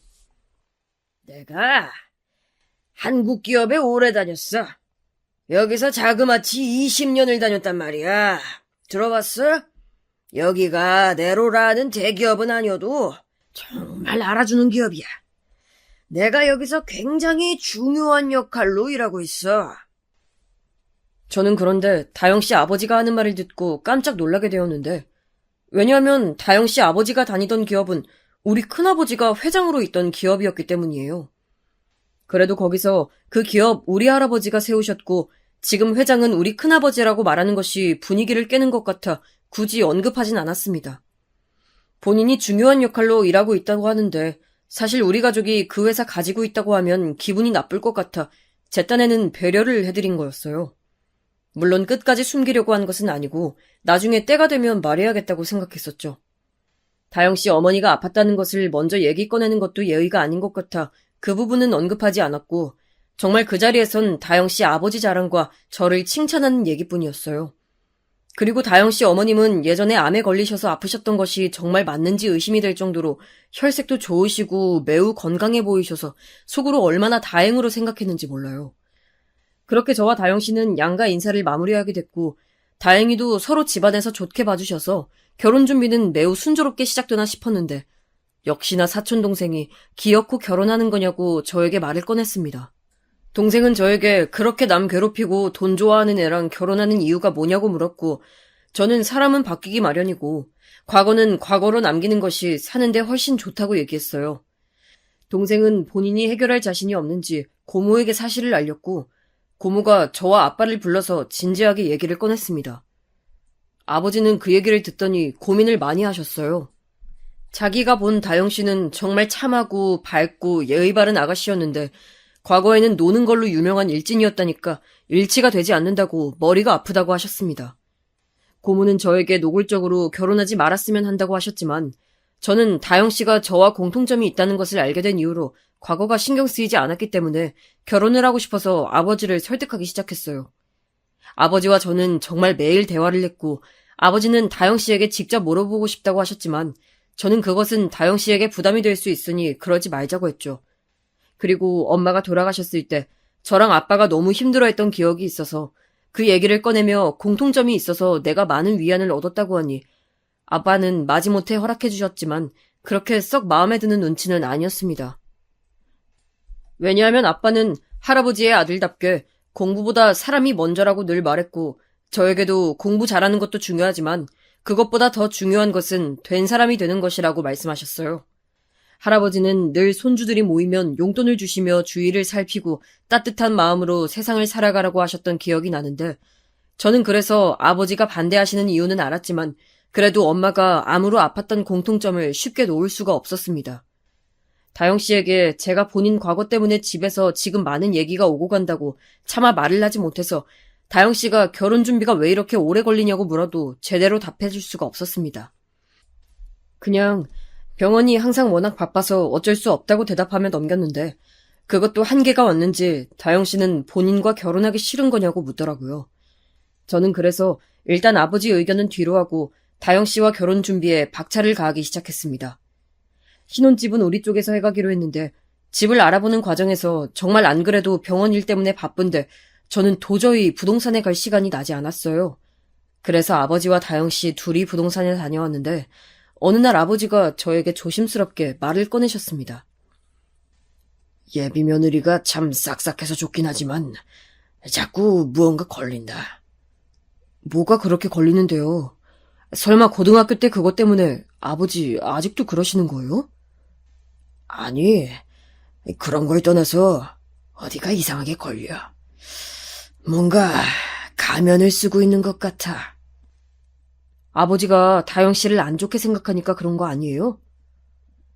저는 그러면 안 된다는 것을 알면서도 자꾸 우리 집에서 노골적으로 혹은 은근히 다영 씨를 마음에 들어하지 않으니까 제 선택이 부정되는 것 같아 말이 뾰족하게 나오기 시작했습니다. 아버지는 제가 예민하게 반응하자 더 말씀을 꺼내지 않으셨어요. 저도 이런 식으로 가족들에게 화내고 싶진 않았는데 그때는 그냥 빨리 해치우고 싶은 마음이 컸던 것 같습니다.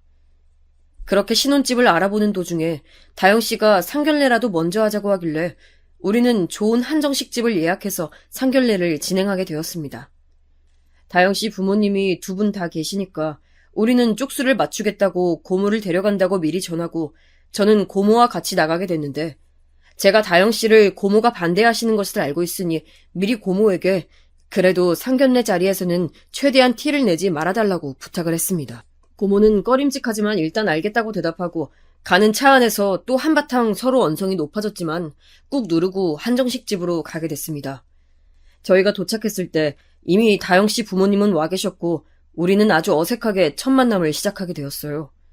서로 날씨 얘기부터 시작해서 음식에 대한 평가까지 겉도는 얘기를 먼저 시작하다가 본격적으로 서로에 대해 알아보는 시간을 가지게 됐는데 거기서 저는 정말 인생에서 가장 놀라운 경험을 하게 됐습니다. 정말 한정식 집에 들어가기 전까지 하더라도 저는 이런 일이 발생할 줄 몰랐는데 아직도 그날이 생생한 기억으로 자리 잡고 있어요. 그 대화의 시작은 예비 장인어른의 입에서부터 시작됐습니다. 제가 한국 기업에서 근무하고 있어서 그 분야는 잘 알고 있어요. 또 제가 거기서 되게 잘 나갑니다. 저는 그 말을 듣자마자 아차 싶었던 것이 제가 다영 씨의 과거 때문에 장인어른이 어디 다니는지 식구들에게 말을 하지 않았던 것이 문득 떠올랐습니다. 급하게 아버지와 고모 표정을 살펴보니까 두 분 다 당황하셨지만 애써 괜찮은 척을 하고 있더라고요. 저는 지금이라도 그 기업 사실 우리 가족이 운영하고 있다고 말을 해야 하나 고민 중이었는데 장모님이 화제를 돌리더라고요. 재민이가 어머니 잃고 힘들었다던데 그래도 어떻게 이렇게 똑똑하고 바르게 자라서 얼마나 자랑스러우세요. 아마 어머님도 하늘에서 기뻐하실 거예요. 아휴, 아닙니다. 사돈도 같은 병으로 아프셨다고 들었는데 지금 건강하니까 얼마나 다행이세요. 완치하셨다니 제가 다 기쁩니다. 네? 제가 아팠다고요? 엄마, 예비 장모님은 본인이 아팠다는 소리를 처음 듣는 표정을 지으셨고 다영 씨는 아주 급하게 장모님의 입을 막았습니다. 저는 순간에 이게 뭐지라는 생각이 들었는데 아니나 다를까 고모가 그 찰나를 놓치지 않더라고요. 아니, 다영 씨 고등학생 때 많이 아프셨다면서요. 암에 걸렸다고 하시던데 아닌가요? 아유, 저는 살면서 암에 걸렸던 적이 없는데요? 저는 정말 순간 머리를 한 대 맞은 것 같았습니다. 고모는 이게 무슨 소리냐고, 다영 씨가 고등학교 때 방황했던 이유가 엄마 암 때문이라 해서 우리가 넘어갔는데 너무 황당하다고 말씀하셨고, 장모님과 장인어른 그리고 다영 씨는 정말 당황한 눈치였습니다. 특히 장모님은 그게 무슨 말씀이시냐고 크게 당황하시더라고요. 저는 도대체 이 현실이 믿기지 않아 다영 씨에게 해명의 눈빛을 보냈는데 다영 씨는 얼굴이 새빨개진 채 아무 말도 하지 않았습니다. 저는 그래도 일단 이 자리가 끝나고 다영 씨에게 따로 물어봐야겠다 싶어 화제를 겨우 돌렸습니다. 그래도 일말의 애정이 남아있어서 최대한 겉으로는 좋게 포장하고 싶은 마음이었어요.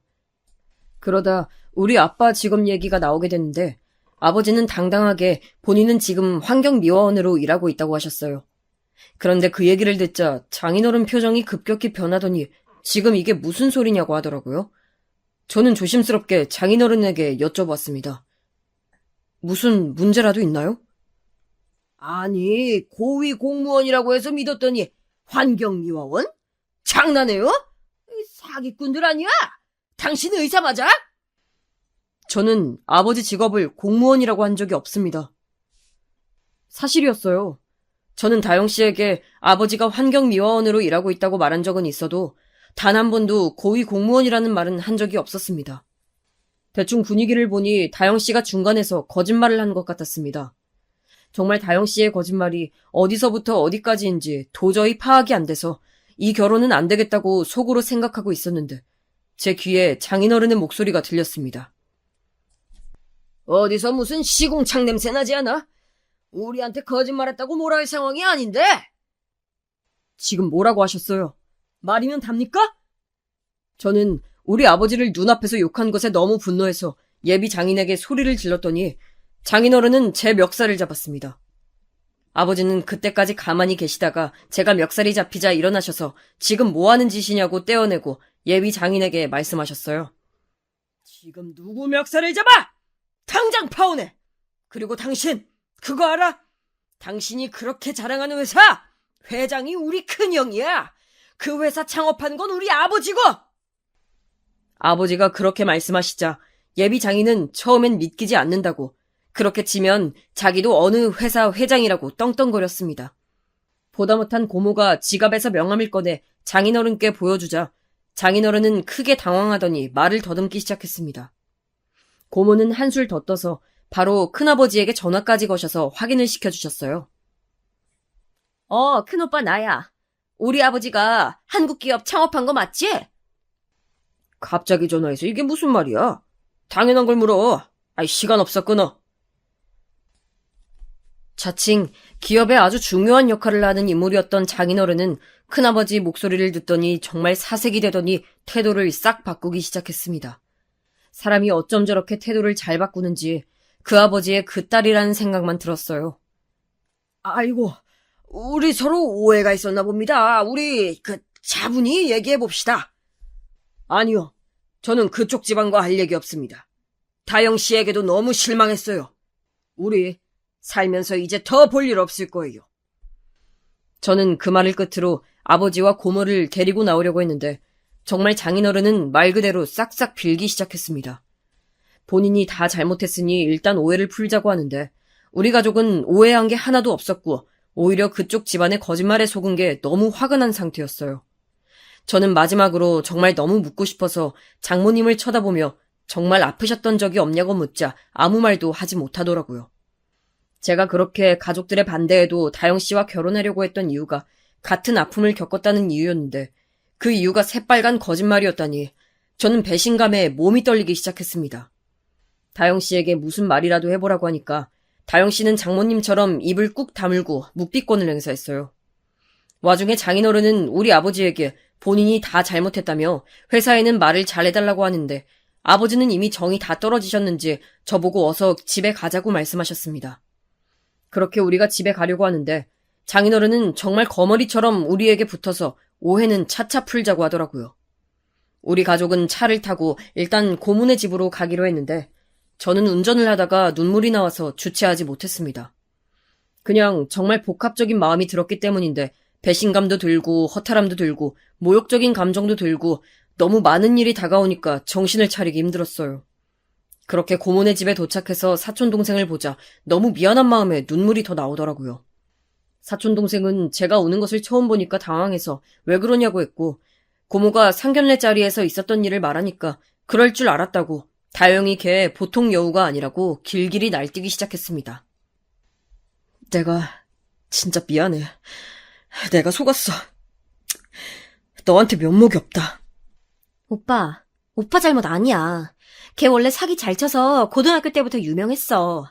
나는 오빠가 결국 파혼했다니까 그게 그렇게 기쁘다. 지금 속이 다 시원해. 너무 잘했어. 동생은 속이 다 시원하다며 잘한 선택이라고 저를 위로해줬어요. 그리고 다음 날에 큰아버지에게 연락해서 그동안 있었던 일을 쭉 얘기하자 큰아버지는 마음고생 심했을 것 같다고 저에게 자기가 한번 알아보겠다고 하더라고요. 저는 제가 다영 씨에게 속은 것도 속은 거지만 무엇보다 우리 아버지에게 시궁창 냄새가 난다고 했던 것이 너무 속상했습니다. 저는 아버지가 환경미화원으로 일하시는 것이 단 한 번도 부끄러웠던 적이 없고 오히려 자랑스러웠는데 그렇게 제 앞에서 무시당하는 것을 보니까 상견례 자리가 끝나고도 한동안 속에서 울컥하는 마음이 올라오더라고요. 나중에 큰아버지에게 들은 내용으론 장인어른은 본인이 그렇게 자랑했던 것과 달리 딱히 그렇게 중요한 인물은 아니었다고 합니다. 본인 말로는 되게 회사에 엄청난 영향력을 행사하는 것처럼 저에게 얘기했지만 사실 그냥 어떤 부사의 팀장 그 이상 그 이하도 아니었다고 하더라고요. 그리고 큰아버지에게 저는 중요한 승진을 앞두고 있었는데 본인이 알아서 처리했다고 했습니다. 어쩐지 큰아버지가 그 기업 회장이라고 하니까 날뛰던 모습이 예사롭지 않았는데 알고 보니 그 중요 직무를 위해 승진을 몇 년째 노리고 있었다고 하더라고요. 그 얘기를 듣고 평소 같았으면 저는 굳이 그렇게까지 하실 필요는 없다고 말했겠지만 이번만큼은 속이 너무 시원하고 쌤통이라는 생각이 들었습니다.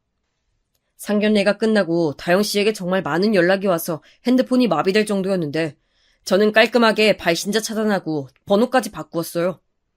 다영 씨는 저에게 오해가 있다고 얘기해서 풀자고 했지만 저는 이미 다영 씨가 저를 속이고 장인어른이 우리 아버지를 무시한 것은 사실이고 변하지 않으니까 연락하지 말라고 했습니다. 다영 씨는 처음 저에게 접근했던 것처럼 병원 앞에도 찾아왔지만 저는 그런 다영 씨를 보면 아예 무시하고 지냈습니다. 장인어른은 승진이 밀리자 제 번호를 알아내서 전화로 억울하고 슬프다고 하소연하길래 장인어른의 번호도 차단했습니다. 아니, 이제 장인어른도 아니죠. 그렇게 저는 깔끔하게 그 집안과 연을 끊었고 사촌동생이 이제 제대로 된 사람을 만나라며 본인 친구를 소개해줘 그분과 긍정적으로 만나고 있습니다. 워낙 크게 되었기 때문에 바로 결혼 얘기를 하고 있진 않지만 그래도 적어도 사촌동생의 친구라 저에게 거짓말한 것은 없다는 점이 가장 좋아요. 아버지는 저에게 결혼식 전에 알아서 얼마나 다행이냐고 오히려 위로해 주셨는데 저는 아버지에게 그런 모욕적인 말을 듣게 한 게 다 저 때문인 것 같아 한동안 너무 죄송한 마음이 들었습니다. 사촌동생이 진심으로 저를 걱정해서 해줬던 말도 생각나고 마치 뭐에 홀린 듯 다영 씨를 믿었던 제가 한심하게 느껴지더라고요. 사촌형 말로는 제가 어릴 때부터 순해서 사람을 워낙 잘 믿으니까 그런 거라는데 앞으로 가족들에게 어떤 일을 하기 전에 많이 물어보려고 합니다. 저도 많은 나이는 아니지만 확실히 이제 왜 어른들이 나중에 남는 것은 가족밖에 없다고 말을 하는지 알겠더라고요. 여기까지가 제 파혼에 관한 사연이었습니다. 끝까지 들어주신 여러분 정말 감사합니다. 마지막으로 직업에 대한 귀천은 전혀 없고 어느 직업이든 자랑스럽게 일하시는 분들이 대부분이니 여러분들은 직업으로 사람을 판단하지 않길 진심으로 바라며 제 사연을 끝내겠습니다. 감사합니다.